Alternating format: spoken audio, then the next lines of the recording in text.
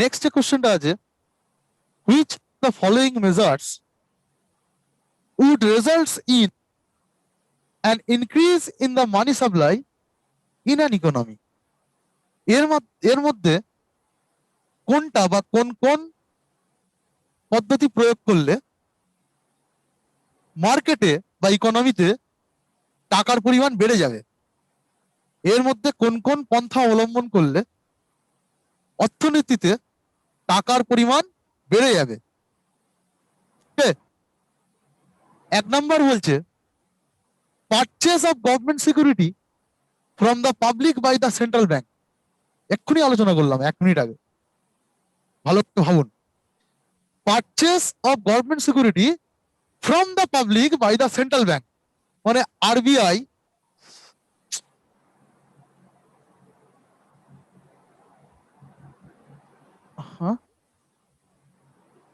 ঠিক আছে,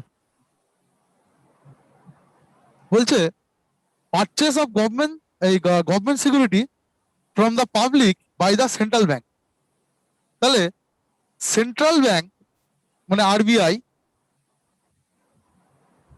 যদি এসবিআই থেকে গভর্নমেন্ট সিকিউরিটি কিনে নেয়।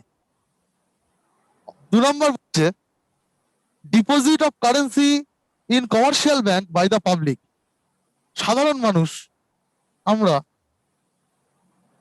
যদি এসবিআই তে টাকা রাখি, টাকা যদি এসবিআই তে ডিপোজিট করি।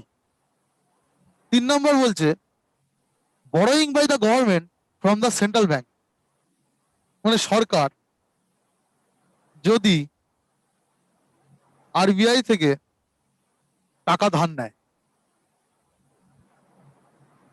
Sell of government security to the public by the central bank, এর উল্টোটা। গভর্নমেন্ট সিকিউরিটি যদি আরবিআই এসবিআই দেরকে কি করে, বিক্রি করে। তাহলে এর মধ্যে কোনটা কোনটা করলে ইকোনমিতে টাকার পরিমাণ বেড়ে যাবে? অপশন এ বলছে শুধুমাত্র একটা করলে, অপশন বি বলছে 2 আর 4 করলে, অপশন সি 1 এবং 3 করলে, অপশন ডি 2, 3, 4 করলে। ভালো করে ভেবে এই ছবিগুলো দেখলেই বুঝতে পারবেন যে এগুলো স্টেটমেন্ট গুলো কি বলতে যাচ্ছে। এই চার্ট গুলো দেখলে, ফ্লো চার্ট, ভালো করে ভেবে উত্তরটা দিন। এই যে আগের যে কোশ্চেন গুলো আমরা আলোচনা করলাম তার একটা সবকটার একটা মিশ্রিত ফর্মেট এই কোশ্চেনটা। হ্যাঁ বলুন। মালদা কি মনে হচ্ছে? যে কোনো একটা উত্তর দিতে হবে, কোনটা বেশি মনে হচ্ছে? কোনটা বেশি মনে হচ্ছে বলুন? বোম্বে। আচ্ছা, মালদা বলছে বোম্বে। আর বাঁকুড়া?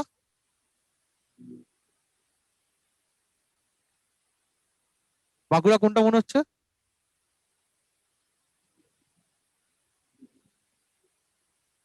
আর অন্যরা? কল্যাণী কোনটা মনে হচ্ছে? স্যার অপশন সি মনে হচ্ছে স্যার। অপশন সি মনে হচ্ছে কল্যাণীর। আর শিলিগুড়ি?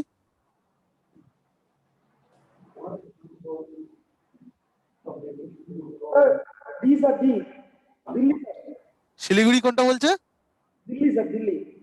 দিল্লি, শিলিগুড়ি। আর বাঁকুড়া বলুন। C, D for Bombay. আচ্ছা, বাঁকুড়া বলছে বোম্বে। বাকি থাকছে পূর্তমন। পূর্তমন কোনটা মনে হচ্ছে?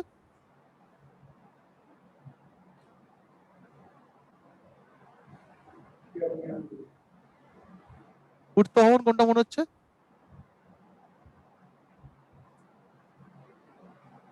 Sir option B. দিল্লি? না, B B. B for Bombay, তাই তো? বোম্বে, হ্যাঁ স্যার। ঠিক আছে, এবার আমরা এটাকে নিয়ে অ্যানালিসিস করি, দেখি কে ঠিক আর কে ভুল। তাহলে কি বলেছে যে এর মধ্যে কোন পদ্ধতিটা বা কোন পন্থাটা অবলম্বন করলে অর্থনীতিতে মানে আমাদের হাতে টাকা বাড়বে, এটাই তো বলতে যাচ্ছে কোশ্চেনটা। তাহলে আরবিআই এই যে গভর্নমেন্ট সিকিউরিটি গুলো যেগুলো আগে এসবিআই কে বিক্রি করেছিল, এসবিআই এর কাছ থেকে টাকা নিয়ে, সেগুলো যদি এসবিআই থেকে সে কিনে নেয়, আরবিআই যে সিকিউরিটি গুলো আগে এসবিআই কে বিক্রি করেছিল সেগুলো এখন কিনে নিচ্ছে, তাহলে কি এসবিআই কে কি দিচ্ছে তার বিনিময়ে? টাকা দিচ্ছে। তাহলে এসবিআই তে যদি টাকা বাড়ে, এসবিআই আমাদেরকে টাকা দেবে, লোন দেবে। তাহলে প্রথমটা ঠিক, এটা যদি করে তাহলে কি হবে? অর্থনীতিতে টাকা বাড়বে, এক নম্বরটা ঠিক। দু নম্বরটা বলছে এসবিআই তে আমি বা তুমি গিয়ে টাকা রাখছি, তাহলে কি মার্কেটে টাকা বাড়বে? আমাদের হাতে টাকা ছিল সেটা যদি আমরা গিয়ে ব্যাংকে রেখে দিই, তাহলে অর্থনীতিতে টাকা বাড়বে কি? নিশ্চয়ই বাড়বে না। 3 নম্বর বলছে borrowing by the government from the central bank। সরকার যদি আরবিআই থেকে টাকা ধার নেয়, সরকার সেই টাকাটা কি করবে? টাকাটা যে ধার নিচ্ছে সেটা তো পাবলিকের জন্য খরচ করার জন্য ধার নিচ্ছে। গভর্নমেন্টের কাজ কি? সবসময় পাবলিকের ওয়েলফেয়ার করা, পাবলিকের পিছনে খরচ করার জন্যই সেই টাকাটা নিচ্ছে। তাহলে আরবিআই থেকে যে টাকাটা পড়েছিল সেটা যদি সরকার ধার নেয়, তার মানে গভর্নমেন্ট এক্সপেন্ডিচার করার জন্যই টাকাটা নিচ্ছে, সে টাকাটা মার্কেটে ছাড়বে বলেই নিচ্ছে। তাহলে কি হবে? এটাও ঠিক আছে, এটার ফলেও টাকা বাড়বে। আর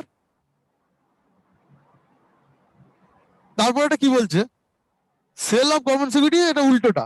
মানে আরবিআই যদি গভর্নমেন্ট সিকিউরিটি এসবিআই কে দেয়, তখন কি এসবিআই থেকে তো উল্টো টাকা নেবে আরবিআই, সেই জন্য এটা করলে কি হবে? হবে না। তাহলে উত্তর কোনটা হবে? 1 এবং 3 ঠিক। সি কল্যাণী ঠিক বলেছে একমাত্র, 1 এবং 3 হচ্ছে মোস্ট অ্যাপ্রোপ্রিয়েট। ঠিক আছে, এর মধ্যে 1 এবং 3 হচ্ছে ঠিক, আর এই দুটো ভুল। এই দুটো করলে কি হবে? মার্কেটে টাকা, এই দুটো করলে কি হবে? মার্কেটে টাকার পরিমাণ কমে যাবে। তাহলে এর মধ্যে কোনটা কোনটা ঠিক? 1 এবং 3 ঠিক। বোঝা গেছে? ঠিক আছে, এবার আজকে আমরা আজকের ক্লাস কিছু করব, করে আরো কিছু কোশ্চেন মানে কোশ্চেন আনসার ডিসকাস করব। আগের দিন আমরা পড়েছিলাম ব্যাংকিং এর বিভিন্ন ব্যাংকিং, মানে কত রকমের ব্যাংক হয়। কোঅপারেটিভ ব্যাংক, কমার্শিয়াল ব্যাংক, তার মধ্যে ছিল private bank, public bank, public sector bank, private sector bank, foreign bank ইত্যাদি ছিল। কোঅপারেটিভ ব্যাংক ছিল, কোঅপারেটিভ ব্যাংকের 3টে স্তর পড়েছিলাম। একটা সেন্ট্রাল লেভেলে থাকে, মানে যেটা ডিস্ট্রিক্টে থাকে সেটাকে বলা হয় সেন্ট্রাল কোঅপারেটিভ ব্যাংক, যেটা স্টেট লেভেলে একটা থাকে। আর একদম নিচে থাকে PCA, primary agricultural credit society, একদম নিচের স্থলে যে কোঅপারেটিভ ব্যাংক থাকে। আর পড়েছিলাম রিজিওনাল রুরাল ব্যাংক, যেগুলো ছিল রিজিওনাল রুরাল ব্যাংক ইত্যাদি ব্যাংকিং নিয়ে আলোচনা করেছিলাম। তো এই যে টোটাল স্ট্রাকচারটা, এই যে স্ট্রাকচারটাকে বলা হয় ফিনান্সিয়াল ইন্টারমিডিয়ারিজ। ব্যাংক এবং নন ব্যাংক, আমাদের যেখানে টাকা পয়সা আমরা রাখি সেটা ব্যাংকও হতে পারে, আবার নন ব্যাংকও হতে পারে, তাই তো? আমরা এলআইসি তেও টাকা রাখি, আবার আমরা এসবিআই তেও টাকা রাখি। তাহলে এলআইসিটা কি ব্যাংক? এলআইসিটা ব্যাংক নয়, এটা কি নন ব্যাংক? এসবিআইটা কি ব্যাংক? তাহলে এই যে যেখানে আমরা টাকা রাখি, যেখানে একটা ট্রানজাকশন হয়, সেটাকে বলা হয় ফিনান্সিয়াল ইন্টারমিডিয়ারিজ। সেটা ব্যাংক হতে পারে, নন ব্যাংক হতে পারে। তাহলে ফিনান্সিয়াল ইন্টারমিডিয়ারিজ নিয়ে আজকে আমরা পড়াশোনা করবো। ফিনান্সিয়াল ইন্টারমিডিয়ারিজ বলতে বোঝাচ্ছে যে সংস্থাগুলো বা যে অর্গানাইজেশন গুলো বলছে act as a middleman between two parties in a financial transaction. একটা ফিনান্সিয়াল ট্রানজাকশনের ক্ষেত্রে, লেনদেনের ক্ষেত্রে, যে অর্গানাইজেশনটা দুটো পার্টির মধ্যে অ্যাজ এ মিডলম্যান কাজ করে, সেইগুলোকে আমরা বলবো ফিনান্সিয়াল ইন্টারমিডিয়ারিজ। সেটা ব্যাংকও হতে পারে, নন ব্যাংকও হতে পারে। তাহলে আমরা দেখতে পাচ্ছি এই যে একজন ইনভেস্টর, এই ইনভেস্ট করতে চায়, আর ইনি হচ্ছেন একজন এন্টারপ্রেনার। ইনি কি টাকা নিতে চায়, একে টাকা দিচ্ছে এসবিআই এর মাধ্যমে। তাহলে এসবিআইটা কি? মিডলম্যান হিসেবে কাজ করছে এদের দুজনের মধ্যে।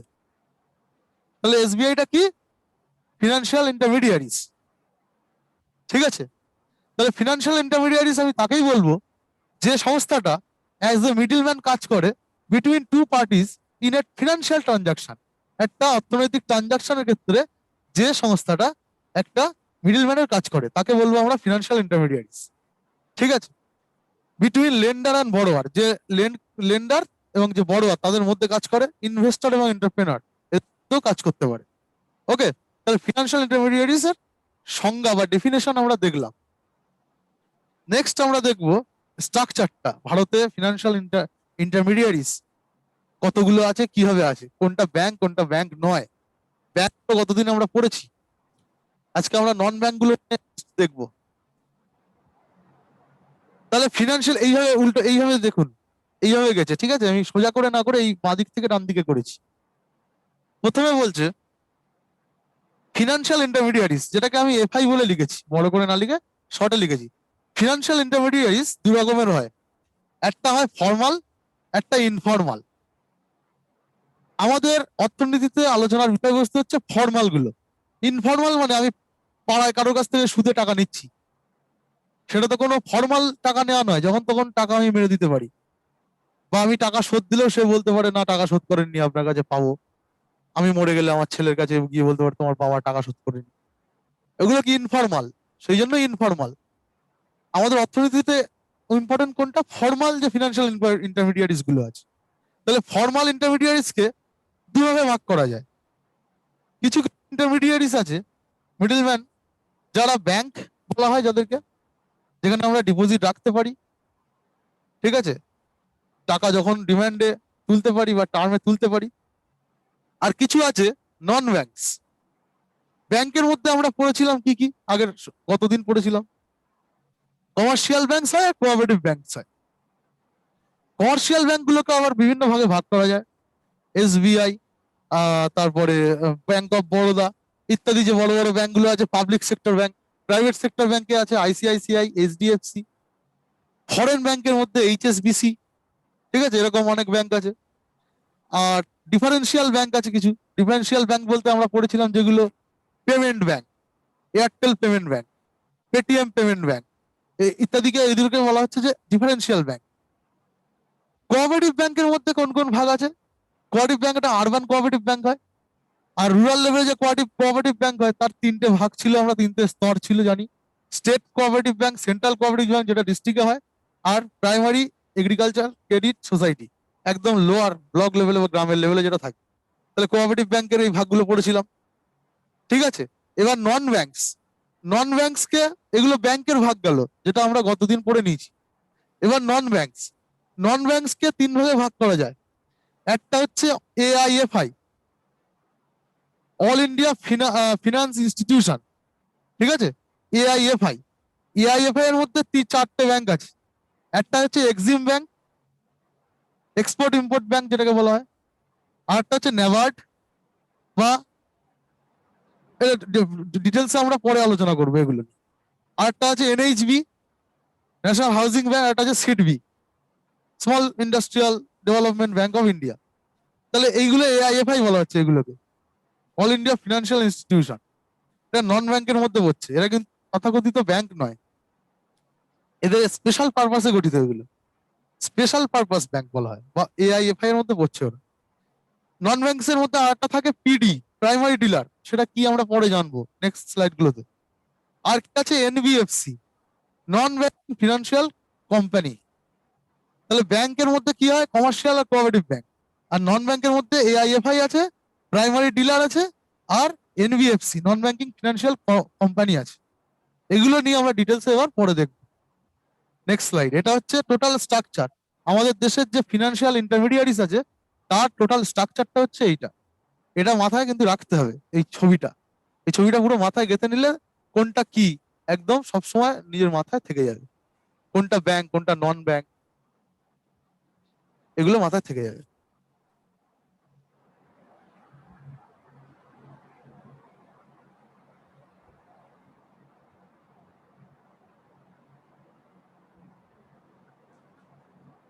আচ্ছা, আর একটা কোশ্চেন এখানে আলোচনা করবো, ওই গতদিনের পড়ার থেকে, আরবিআই থেকেই। বলছে RBI regulates the commercial banks in matters of. Commercial bank যেগুলো আছে, কমার্শিয়াল ব্যাংক কোনগুলো আমরা দেখলাম, পাবলিক, প্রাইভেট, এগুলো সব কমার্শিয়াল ব্যাংক ছিল। ফরেন ব্যাংক যেগুলো ছিল, তো কমার্শিয়াল ব্যাংকগুলোকে আরবিআই কোন কোন ব্যাপারে রেগুলেট করতে পারে, কন্ট্রোল করতে পারে, কোন কোন ব্যাপারে?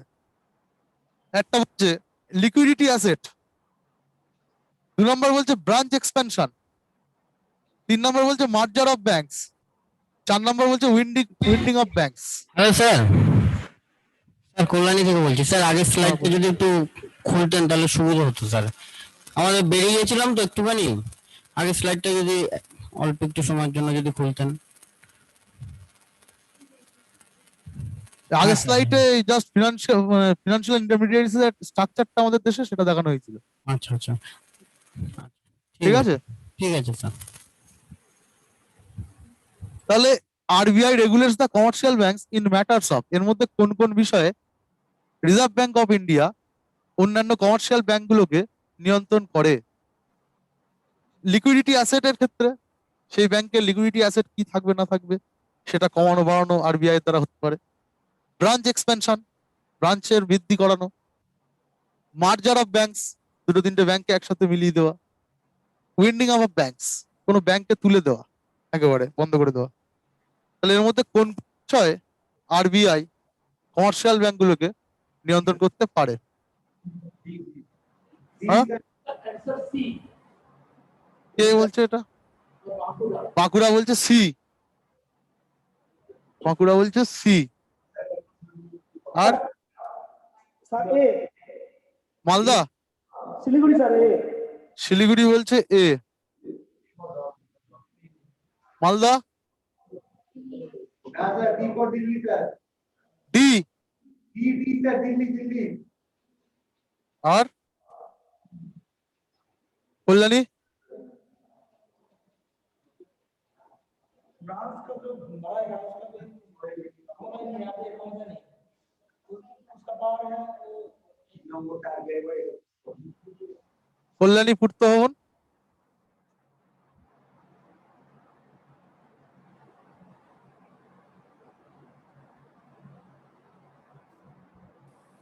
Sir option C sir, Kalyani.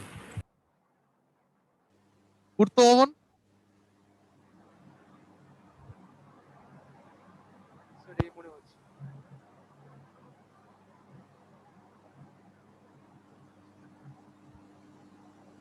তোমার বলছে অপশন এ, তাহলে আমরা দেখি কি হয়। লিকুইডিটি অ্যাসেট কে নিয়ন্ত্রণ করতে পারে কি পারে না? টাকার যে পরিমাণ সেটাকে আরবিআই কমানো বাড়ানো করে নিতে পারে, তার হাত থেকে টাকা নিয়ে নিতে পারে, তাকে টাকা দিতেও পারে। তাহলে এটা ঠিক আছে।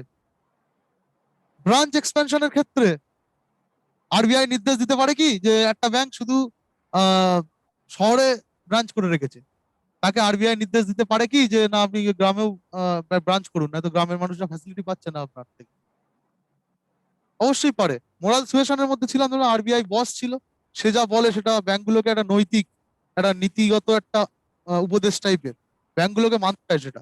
তাহলে এটাও করতে পারে। ব্রাঞ্চ এক্সপেনশনের ক্ষেত্রে আরবিআই এর ভূমিকা থাকতে পারে।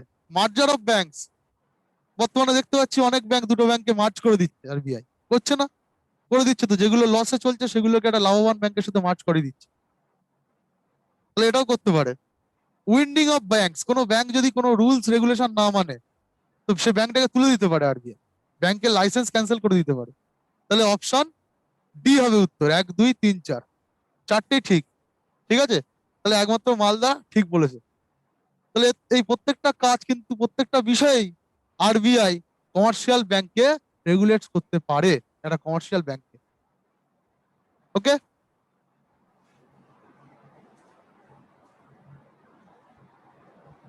আচ্ছা এবার যেখানে ছিলাম, তাহলে এটাতে আমরা কি দেখেছিলাম? ফিনান্সিয়াল ইন্টারপ্রাইজ গুলো দেখেছিলাম। তো গত ক্লাসে আমরা ব্যাংকের বিভিন্ন স্ট্রাকচার গুলো দেখেছিলাম, সেই ব্যাংকের কাজগুলো কি, কোনটা কিভাবে কাজ করে সেটা দেখেছিলাম, কোন ব্যাংকের কি কাজ সেগুলো আলোচনা করেছিলাম। কিন্তু সাল তারিখ এই আমাদের যে কোনো পরীক্ষার ক্ষেত্রে, সে ব্যাংকিং এর পরীক্ষা হোক, ডব্লিউবিসিএস হোক, সেন্ট্রাল গভর্নমেন্টের পরীক্ষা হোক, যে কোনো পরীক্ষার ক্ষেত্রে আমাদের কিন্তু সাল তারিখ একটা খুব ইম্পর্টেন্ট জায়গা। ঠিক আছে, সেটা নিয়ে আমরা ডিটেলসে আগের দিন আলোচনা করিনি। ব্যাংকের মধ্যে যেহেতু সেখানে স্ট্রাকচার গুলো নিয়ে আলোচনা করছিলাম, কোন ব্যাংকের কাজ সেগুলো আলোচনা করছিলাম। তো আজকে আমরা একটু হিস্ট্রি দেখবো, ব্যাংকিং ইন্ডাস্ট্রি, তার হিস্ট্রিটা মানে ইতিহাসটা একটু দেখবো। হ্যাঁ মালদা হ্যাঁ বলুন। স্যার আগের স্লাইডে হ্যাঁ, বলছি আপনি রুরাল ব্যাংকে কোন সেগমেন্টে রাখেন, কমার্শিয়াল আর আর তো আপনি কোঅপারেটিভ ভাগ করেছিলেন, কিন্তু রুরাল ব্যাংকের তো কোনো সেগমেন্ট ছিল না। Rural bank sir commercial bank না, কিন্তু ব্যাংক তো। কোনটা বলুন তো, এই এটাতে? হ্যাঁ বলুন। রুরাল ব্যাংকের স্যার কোনো ইয়ে নেই তো, আপনার ক্লাসিফিকেশন দেওয়া নেই তো। রুরাল ব্যাংকের কোথায় রাখছেন? রিজিওনাল রুরাল ব্যাংক যেটা, হ্যাঁ, রুরাল ব্যাংক যেটা। রিজিওনাল রুরাল ব্যাংক ওটাও এর মধ্যে আসবে, আপনার হচ্ছে স্পেশাল পারপাস ব্যাংকের মধ্যে আসবে। ঠিক আছে, আরআরবিটা স্পেশাল পারপাসে তৈরি করা হয়েছিল। মানে ওই আপনার পাওয়ারের মধ্যে মানে মনে হচ্ছে আপনার ইয়ের মধ্যে আসবে, ওটা ওই এআইএফআই এর মধ্যেই আসবে। ঠিক আছে, লং ব্যাংক, এটা এটার মধ্যে আসবে। নন ব্যাংকে এআইএফআই বলেছেন। হ্যাঁ, কিন্তু নন ব্যাংকে এআইএফআই বলেছেন না, কিন্তু রিজনাল ব্যাংক তো ব্যাংক, নন ব্যাংক তো না স্যার। ব্যাংকের মধ্যে একটা করলে ভালো হয় যাদের ওখানে আর দিকে ঢুকিয়ে দিতে। নাবার্ডটাও তো ব্যাংক, ন্যাশনাল যেটা, এটা ব্যাংক, এক্সিম ব্যাংকটাও ব্যাংক। ঠিক আছে, এনএইচবিটাও ব্যাংক, কিন্তু এগুলো একটা স্পেশাল পারপাসে। এনএইচবির যেমন কাজ হচ্ছে শুধুমাত্র হাউজিং ফিনান্স প্রোভাইড করা। ঠিক আছে, আরআরবিরও সেরকম স্পেশাল কাজে ব্যবহৃত। আরবিআই কে কোনো ঢোকালেন না আপনি এআইএফআই তে? হ্যাঁ বলুন, শুনতে পাচ্ছি না। নন ব্যাংকে স্যার এআইএফআই তে স্যার আরবিআই কে কোনো ঢোকালেন না আপনি? আরবিআই বা আইআরডিএ যেগুলো আছে বা বিএফআরডিএ। আরবিআই তো সেন্ট্রাল ব্যাংক। আরবিআই তে এদের সবার হচ্ছে, এদের সবাইকে হচ্ছে মানে ইয়ে করে, নিয়ন্ত্রণ করে। ঠিক আছে, আরআরবি এটা হচ্ছে ইন্ডিয়ান স্ট্রাকচার, আমি ঢোকালাম না সে তার জন্য না, এটা ইন্ডিয়ান মানে ইন্ডিয়ান আর মানে আরবিআই এর দ্বারা তৈরি করা একটা স্ট্রাকচার। আরবিআই এভাবে স্ট্রাকচারটা তৈরি করেছে যে এটা ব্যাংক, এটাকে আমি স্পেশাল এআইএফআই এর মধ্যে ঢোকাবো, এটা কোনোদিন আবার এর থেকে এটাকে আবার কোঅপারেটিভের মধ্যে ঢুকিয়ে দিতে পারে। মানে এখন তো স্যার এনএসবি আরবিআই এর আন্ডারে পুরোপুরি 100% স্যার। এনে সেগুলো আমি আলোচনা করছি ডিটেলসে পরে। ঠিক আছে, স্ট্রাকচারটা জাস্ট মাথায় রাখার জন্য যে কোনটা এআইএফআই কোনটা কোঅপারেটিভ, সেটা সেটা জাস্ট এই স্ট্রাকচারটা দেওয়া। হ্যাঁ, এটা জাস্ট মাথায় রাখার জন্য করা, এবারে আমরা ডিটেলস আলোচনা করবো সব। ওকে, যাই হোক, এবার প্রথমে আসছে আমাদের ইম্পর্টেন্ট ডেটস, ব্যাংকিং রিলেটেড যে ডেটস গুলো আছে। প্রথমে 1770 সালে ব্যাংক অফ হিন্দুস্তান বলে একটা ব্যাংক তৈরি হয়, যার ওনার ছিল ইউরোপিয়ান ওনার, মানে ইন্ডিয়ান ওনার। তাহলে ভারতের প্রথম ব্যাংক যদি জিজ্ঞেস করে তাহলে কি হবে? ব্যাংক অফ হিন্দুস্তান, যেটা ক্যালকাটায় মানে আমাদের কলকাতাতে তৈরি হয়েছিল। ব্যাংক অফ, হ্যাঁ বলুন। কল্যাণ থেকে বলছি স্যার। হ্যাঁ বলছি বলুন, এগুলো যদি একটু বড় করা যেত তাহলে সুবিধা হতো স্যার। দেখা যাচ্ছে না? একদম ছোট হয়ে যাচ্ছে স্যার। আচ্ছা ঠিক আছে, ঠিক আছে, বড় করে দিচ্ছি। ঠিক আছে, হ্যাঁ স্যার, ঠিক আছে হ্যাঁ স্যার। ওকে। ওই ইম্পর্টেন্ট ডেটটা না দেখা গেলেও হবে। আচ্ছা, তাহলে 1770 সালে, এগুলো ফ্রিকোয়েন্টলি আস্ক কোশ্চেন, এগুলো মুখস্থের জিনিস, বোঝানোর কিছু নেই, জাস্ট আমি বলে দেবো একবার করে। এগুলো পরীক্ষা আসে, প্রিলিমস পরীক্ষায়, বিভিন্ন পরীক্ষায় আসে, অত ইম্পর্টেন্ট কিছু নয়, বাট মুখস্থ করে রাখতে হবে। তো ভারতের প্রথম ব্যাংক হচ্ছে ব্যাংক অফ হিন্দুস্তান, যেটা কলকাতায় ছিল, ইউরোপিয়ান ওনার মানে ইন্ডিয়ান ওনার ছিল না, তার ওনার ছিল কিন্তু 1770 সালে তৈরি হচ্ছে। 1806 সালে তিনটে প্রেসিডেন্সি ব্যাংক তৈরি হচ্ছে, একটা কলকাতা, একটা বোম্বে, একটা মাদ্রাজ। এই তিনটে প্রেসিডেন্সি ব্যাংক তৈরি হচ্ছে 1806 সালে। 1921 সালে এই তিনটে প্রেসিডেন্সি ব্যাংক একসাথে হয়ে যাচ্ছে, কলকাতা বোম্বের যে তিনটে ব্যাংক ছিল সেটা একসাথে হয়ে যাচ্ছে, এটা খুব ইম্পর্টেন্ট। হ্যাঁ, এটা আসে পরীক্ষায় কোশ্চেন। 1921 সালে তৈরি হচ্ছে কি ব্যাংক? Imperial bank. এই তিনটে প্রেসিডেন্সি ব্যাংক কলকাতা বোম্বে মাদ্রাজ এক হয়ে তৈরি হচ্ছে ইম্পেরিয়াল ব্যাংক। এই যে ইম্পেরিয়াল ব্যাংকটা 1955 সালে গিয়ে কিন্তু এসবিআই নাম হচ্ছে এই ব্যাংকটা। ইম্পেরিয়াল ব্যাংকের নাম, ইম্পেরিয়াল ব্যাংকটাই কিন্তু হ্যাং করেছে। ও,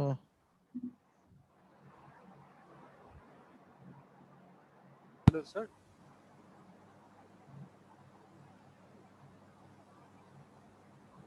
তাহলে 1921 সালে ইম্পেরিয়াল ব্যাংক তৈরি হচ্ছে তিনটে প্রেসিডেন্সি ব্যাংক মিলে। Hello sir. হ্যাঁ বলুন। হ্যাঁ বলছি স্যার, আমি মাঝে একটা কোয়েশ্চেন পেয়েছিলাম যেখানে অপশনেতে প্রেসিডেন্সি ব্যাংক আর ইম্পেরিয়াল ব্যাংক দুটোই ছিল, এরকম সিচুয়েশনে কোনটা আনসার করা বেটার? কোশ্চেনটা কি ছিল একটু বলুন।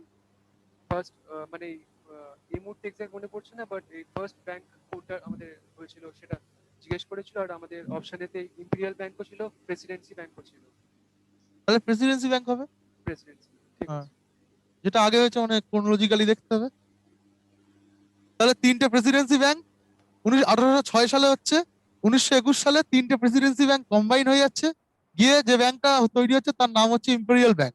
এই ইম্পেরিয়াল ব্যাংকটাই পরবর্তীকালে 1955 সালে ন্যাশনালাইজড হয়ে যাচ্ছে, প্রাইভেট থেকে ন্যাশনালাইজড ব্যাংক হয়ে যাচ্ছে। তখন তার নাম হচ্ছে স্টেট ব্যাংক অফ ইন্ডিয়া। 1865 সালে কি হচ্ছে, এলাহাবাদ ব্যাংক তৈরি হচ্ছে। এটাও কিন্তু ইউরোপিয়ান, এর মালিকও কিন্তু ছিল ইউরোপিয়ান, ঠিক আছে, ইন্ডিয়ান ব্যাংক মানে মালিক নয়। এলাহাবাদ ব্যাংক, ঠিক আছে, যেটা কিন্তু বর্তমানে এই রিসেন্টলি কোন ব্যাংকের সাথে হয়েছে মার্জার, ইন্ডিয়ান ব্যাংকের সাথে মার্জার হয়ে গেছে। তাহলে 1894 সালে তারপরে হচ্ছে পিএনবি। এইটা খুব ফার্স্ট ইন্ডিয়ান ওন ব্যাংক, এটা এই কোশ্চেনটা খুব আসে পরীক্ষায়। ফার্স্ট ইন্ডিয়ান ওন ব্যাংক যদি জিজ্ঞেস করে, পুরোপুরি ইন্ডিয়ান ওন, তার মালিক ছিল ইন্ডিয়ান রাই, সেটা হচ্ছে PNB, first Indian owned bank. Punjab national bank, এটা খুব ইম্পর্টেন্ট কোশ্চেন, এটা আসে, স্টার দিয়ে রাখুন, এটা তো স্টার দিয়ে রাখুন। 1908 সালে ব্যাংক অফ বরোদা তৈরি হচ্ছে, সালটাল মুখস্থ করতে হবে না। 1955 সালে imperial bank nationalised and became SBI, এটা খুব ইম্পর্টেন্ট, এটাও পরীক্ষায় আসে। এই যে ইম্পেরিয়াল ব্যাংক ছিল 1955 সালে গিয়ে সেটা ন্যাশনালাইজড হয়ে যাচ্ছে, মানে গভর্নমেন্ট মালিক হয়ে যাচ্ছে, বেশি বেশি অংশীদারিত্ব গভর্নমেন্টের হাতে চলে যাচ্ছে, আগে ছিল প্রাইভেট। তো তখন ন্যাশনালাইজড এর পরে তার নাম হচ্ছে SBI, state bank of India. খুব ইম্পর্টেন্ট এটা। 1969, এই তারিখটাও খুব ইম্পর্টেন্ট, এই সালটা। কি হচ্ছে, পেনটা ইয়ে হয়ে গেছে মনে হয়, কাজ করছে না অনেক সময়।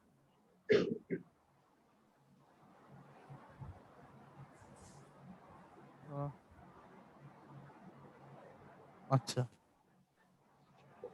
তাহলে 1969 সালে, এই সালটা খুব ইম্পর্টেন্ট, কারণ বলছে 14টা প্রাইভেট ব্যাংক, যেগুলো আগে প্রাইভেট ব্যাংক ছিল, সেগুলো যাদের 50 কোটি টাকার ডিপোজিট আছে, যাদের মিনিমাম 50 কোটি টাকার ডিপোজিট আছে, এমন 14টা প্রাইভেট ব্যাংকে করা হয়, ফার্স্ট টাইম ন্যাশনালাইজড করা হয় 1969 সালে। খুব ইম্পর্টেন্ট, এবং বহুবার প্রত্যেকটা পরীক্ষায় এই কোশ্চেনটা এসছে যে কতগুলো ব্যাংক ন্যাশনালাইজড হয় প্রথম, 14টা ব্যাংক। কত সালে হয় ন্যাশনালাইজেশন, ফার্স্ট ন্যাশনালাইজেশন ব্যাংকগুলোর? 1969 সালে হয়। এই সাল এবং ইম্পর্টেন্ট, এবং যাদের ডিপোজিট ছিল মিনিমাম 50 কোটি, তার নিচে যাদের ডিপোজিট ছিল সেই প্রাইভেট ব্যাংকগুলোকে কিন্তু পাবলিক সেক্টর ব্যাংক করা হয়নি। কাদেরকে করা হলো? যাদের মিনিমাম ডিপোজিট আছে 50 কোটির উপরে, ঠিক আছে। ভেরি ভেরি ইম্পর্টেন্ট এই সালটা। এরপরে সেকেন্ড টাইম হচ্ছে ন্যাশনালাইজেশন, ব্যাংক ন্যাশনালাইজেশন 1980 সালে। এটা হয়েছিল ইন্দিরা গান্ধীর সময়, আর এটা হয়েছে রাজীব গান্ধীর সময়। Six banks with rupees 200 crore deposit, যাদের 200 কোটির উপরে ডিপোজিট ছিল, এমন 6খানা ব্যাংক 1980 সালে ন্যাশনালাইজড হচ্ছে। তাহলে সেকেন্ড ন্যাশনাল ব্যাংক ন্যাশনালাইজেশন এটা 1969 পরে 1980। তাহলে এই যে স্টার্ট দিলাম এই সালগুলো থেকে, যদি আপনারা কোনো কোশ্চেন অ্যান্সারের বই, এমসিকিউ বই ফলো করেন, ব্যাংকিং এর এই 4টে সাল থেকে অজস্র কোশ্চেন কিন্তু প্রত্যেকটা পরীক্ষায় পাবেন, মানে ভেরি ফ্রিকোয়েন্টলি আস্কড ডেট এগুলো। ওকে।